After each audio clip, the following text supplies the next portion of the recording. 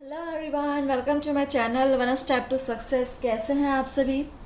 I hope आप सब अच्छे होंगे, स्वस्थ होंगे और डेली आप लोग पढ़ाई कर रहे होंगे। ठीक है, जो नहीं भी कर रहे हैं वो भी स्टार्ट कर दीजिए। आप लोगों के लिए फिर से यहाँ पे हम सोशल साइंस, सामाजिक विज्ञान का प्रैक्टिस सेट लेकर आ चुके हैं। बिल्कुल नया क्वेश्चन है, फ्रेश क्वेश्चन है। ठीक है, और अभी हम आपके ज्योग्राफी यानी कि भूगोल के क्वेश्चन सीरीज हम करा रहे हैं आप लोगों के। तो आप लोग डेली क्लास को अटेंड कीजिए, हर एक क्वेश्चन को नोट कीजिएगा।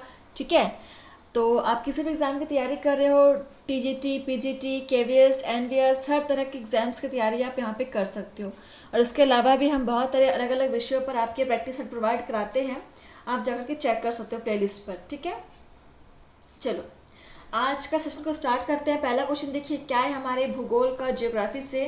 ब्राज़ील में विस्तीर्ण कॉफ़ी बागान को खालिस्तान कहा जाता है। ऑप्शंस है फेजेंडास, त्रासील, एस्टेरियंस, कोरल।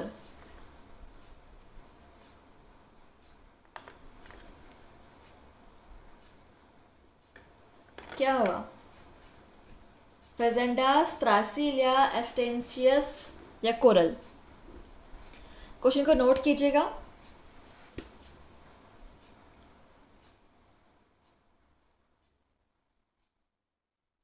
ब्राज़ील में विस्तीर्ण कॉफ़ी बागान को खालिस्तान कहते हैं and the right answer is फेजेंडास। ठीक है, option first is correct, note कर लेंगे। क्वेश्चन नंबर 46 देखिए, निम्न में से कौन एक पहाड़ी राज्य नहीं है? ऑप्शंस है त्रिपुरा, मेघालय, मिजोरम या तमिलनाडु।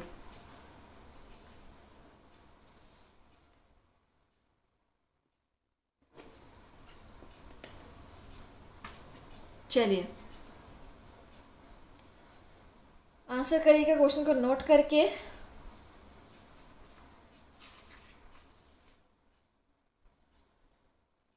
तो इनमें से कौन एक पहाड़ी राज्य नहीं है? तमिलनाडु। ठीक है, ऑप्शन डी इज करेक्ट। चलिए अगला क्वेश्चन देखिए, 47 नंबर क्वेश्चन है हमारा। इनमें से किस राज्य में न्यूनतम वार्षिक बरसात होती है? ऑप्शंस है असम, केरल, मिजोरम, राजस्थान। चलिए आप सभी क्लास को सब्सक्राइब कर लीजिएगा और बेल आइकन को प्रेस करना मत भूलिएगा। ठीक है, इस प्रकार आपको डेली क्लासेस के नोटिफिकेशन टाइम पर मिलते रहेंगे। और क्लास का टाइम तो आप सभी को पता है, दोपहर के 2 बजे हम डेली आपको सोशल साइंस, सामाजिक विज्ञान के TGT, PGT, KVS, NBS, DSSB के लेवल के क्वेश्चंस हम कराते हैं। आप यहाँ पर CTET के लेवल की भी तैयारी कर सकते हो। तो किस राज्य में न्यूनतम वार्षिक बरसात होती है? राजस्थान में। Option D is correct. Question number 48 देखेंगे, केरल राज्य में इनमें से किसकी अनुपस्थिति से सुस्पष्ट नजर आता है? ऑप्शंस है कोयला, जलमार्ग, टिम्बर, रबड़।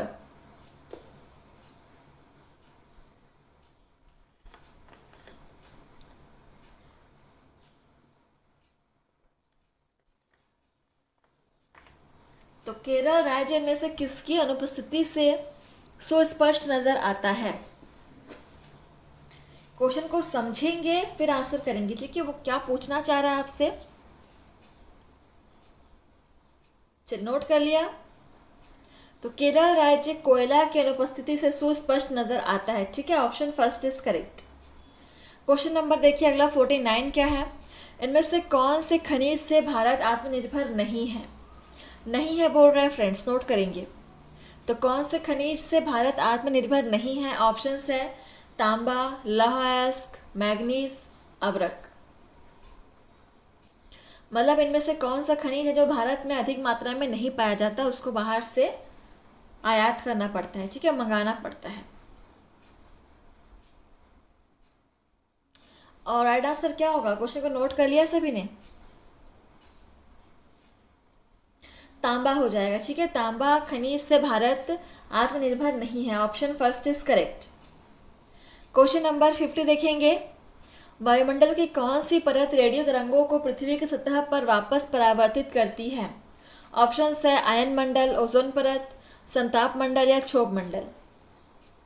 सभी को पता है कि हम यहाँ पे आपके सामाजिक विज्ञान का जो भूगोल वाला हमारा टॉपिक है या भूगोल वाला जो कंटेंट है, ठीक है, ज्योग्राफी का, उसको हम सॉल्व कर रहे हैं, उससे क्वेश्चन हम यहाँ पे सॉल्व कर रहे हैं। चलिए क्वेश्चन को नोट कीजिए। जी हाँ, इससे पहले हमने आपको हिस्ट्री के क्वेश्चंस भी सॉल्व कराए हुए हैं। हिस्ट्री के और भी क्वेश्चंस हम कराएंगे। फिलहाल थोड़े क्वेश्चंस हम ज्योग्राफी से देख लेते हैं, भूगोल से। उसके बाद कुछ क्वेश्चंस हम अर्थशास्त्र, नागरिक शास्त्र से देखेंगे। चलिए देखते हैं इसका आंसर क्या है। तो कौन सी परत रेडियो तरंगों को पृथ्वी की सतह पर वापस परावर्तित करती है? और सही आंसर हो जाएगा ion Mandal, option first is correct. Question number देखिए अगला क्या है हमारा, 51 है। बृहस्पति के ग्रह उपग्रहों की संख्या है, ऑप्शंस है 10, 12, 14 या 67। 67। तो बृहस्पति के ज्ञात उपग्रहों की संख्या कितनी है? चलिए इसका आंसर क्या होगा, नोट कर लिया सभी ने? 67 है, ठीक है। बृहस्पति की ज्ञात उपग्रहों की संख्या है 67, option D is correct. Question number अगला है देखिए 52। भूमध्य सागरीय प्रकार की जलवायु इनमें से किसकी खेती के लिए बेहद उपयुक्त मानी जाती है? ऑप्शंस है फल, धान, दाल, गेहूं।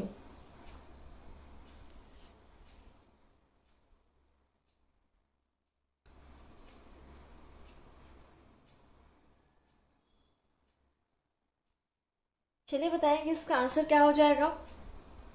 भूमध्य सागरीय प्रकार की जलवायु इनमें से किसकी खेती के लिए बेहद उपयुक्त मानी जाती है? फल के लिए, ठीक है, ऑप्शन फर्स्ट इज करेक्ट, फलों के लिए। Question number 53। उस राज्य का नाम बताएं जो मसालों के लिए प्रसिद्ध है, ऑप्शंस है राजस्थान, बिहार, छत्तीसगढ़ या केरल।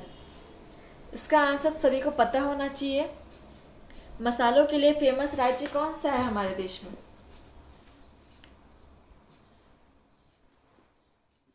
आप सभी डेली क्लास को अटेंड कीजिएगा, ठीक है, किसी भी क्लास को मिस मत कीजिएगा, इससे आपका बहुत नुकसान हो सकता है, ठीक है।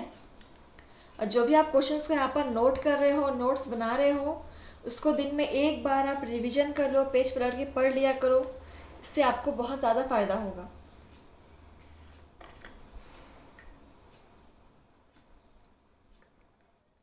तो जो मसालों के लिए प्रसिद्ध है वो कौन सा राज्य है?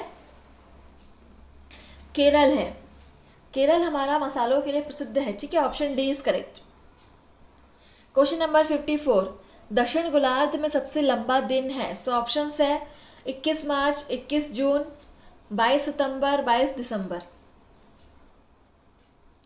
दक्षिण गोलार्ध की बात कर रहे हैं।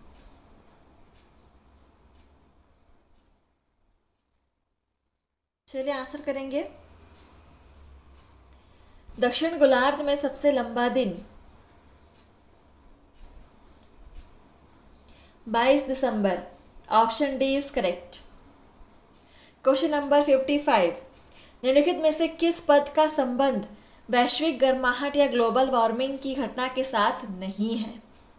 ध्यान देंगे, यहाँ पे नहीं है पूछ रहे हैं, ठीक है। ऑप्शंस देख लीजिए, ओजोन अवक्षय, कार्बन डाइऑक्साइड उत्सर्जन, ग्रीन हाउस गैसें या EI नीनो प्रभाव।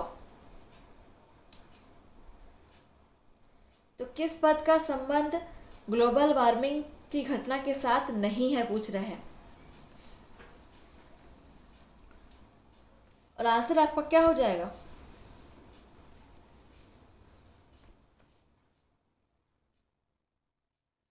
ऑप्शन डी, EI नीनो प्रभाव, ठीक है, option D is correct. Question number 56। Bangladesh का ढाका खालिस्तान के लिए प्रसिद्ध है, ऑप्शंस है चाय, जूट, कपास, सोना।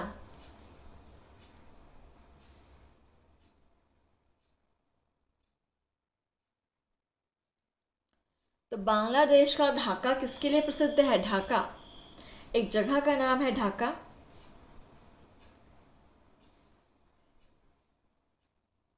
देखिए बांग्लादेश का जो ढाका नाम की जगह है वो प्रसिद्ध है वहाँ के जूट के लिए। Option B is correct. Question number 57, निम्नलिखित में से कौन सी गर्म समुद्री जल धारा है? ऑप्शंस है लैब्राडोर, बेंगुएला, क्रोशियो, हम्बोल्ट। कौन सी गर्म समुद्री जल धारा है पूछ रहा है, ठीक है। ये सारे नाम आपको याद करने हैं, ठीक है। किसके लिए क्या नाम यूज़ किया गया है, क्या फेमस है किस जगह की। CTET 2024-25 के एस्पिरेंट्स के लिए बहुत ही महत्वपूर्ण क्लास है ये, सोशल साइंस की, ठीक है। यहाँ पे हम हर एक कंटेंट, हर एक टॉपिक को कवर कर रहे हैं। देखिए इसका आंसर क्या हो जाएगा, कौन सी गर्म समुद्री जल धारा है? Kuroshio, option C is correct. यह आपकी गर्म समुद्री जल धारा है, ठीक है, Kuroshio, option C is correct. Question number 58, इनमें से कौन सा बागान कृषि का एक उदाहरण है? सो ऑप्शन है चावल, गेहूं, कॉफी, सब्जी। इनमें से कौन सा बागान कृषि का एक उदाहरण है?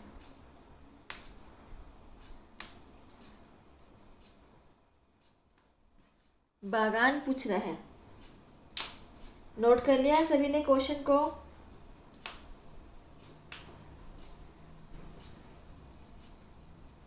चलिए देखिए इसका आंसर क्या हो जाएगा,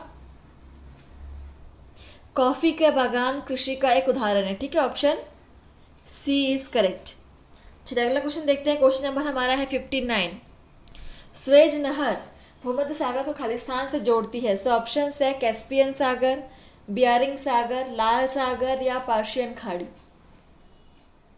नोट करेंगे और आप लोग क्लास के एंड में मुझे बताएंगे आपके कितने आंसर सही हो रहे हैं।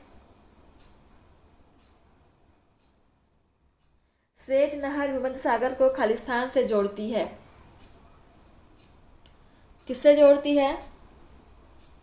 लाल सागर से, रेड सी से जोड़ती है, ठीक है, ऑप्शन सी इज करेक्ट, लाल सागर। क्वेश्चन नंबर 60, झरिया कोयला क्षेत्र कहाँ है? ऑप्शन है झारखंड, ओडिशा, आंध्र प्रदेश, पश्चिम बंग। कहाँ पर है झरिया कोयला क्षेत्र? ऐसे क्वेश्चंस आपके एग्जाम में बनते हैं, इनको बिल्कुल आप हल्के में मत लीजिएगा, ठीक है।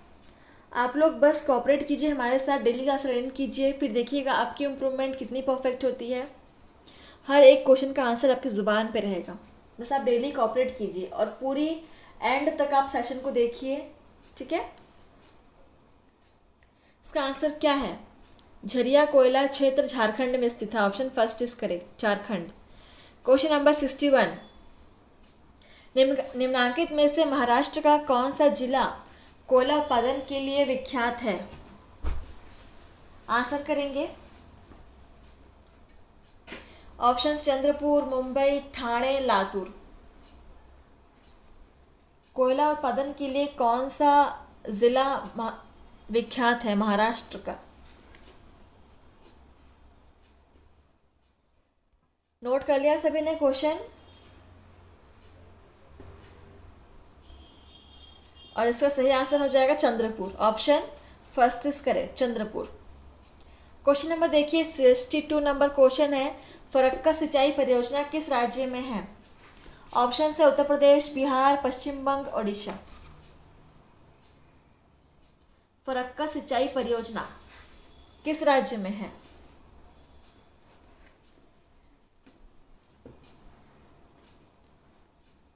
चलिए देखिए इसका आंसर क्या हो जाएगा, पश्चिम बंग में है, ठीक है, option C is correct. Question number 63 और आज का लास्ट क्वेश्चन है, देखिए क्या है, भागड़ा नागल बहुउद्देशीय परियोजना खालिस्तान नदी पर है। ऑप्शन है गंगा, सिंधु, व्यास, सतलज। बहुत ही अच्छा और इम्पोर्टेंट क्वेश्चन है, इसको आप स्टार मार्क कर लेंगे, लास्ट क्वेश्चन स्टार मार्क के साथ।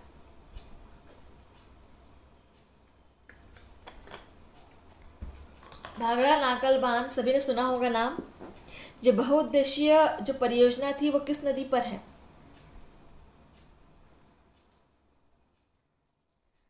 सतलज नदी पर है, ठीक है, ऑप्शन आपका डी इज करेक्ट। चलिए सेशन यहीं पर समाप्त हुआ। आप लाइक कमेंट शेयर करना मत भूलिएगा फ्रेंड्स, ठीक है। और ऐसे आप लोग डेली क्लास अटेंड कीजिएगा। तो आज के लिए बस इतना ही, धन्यवाद।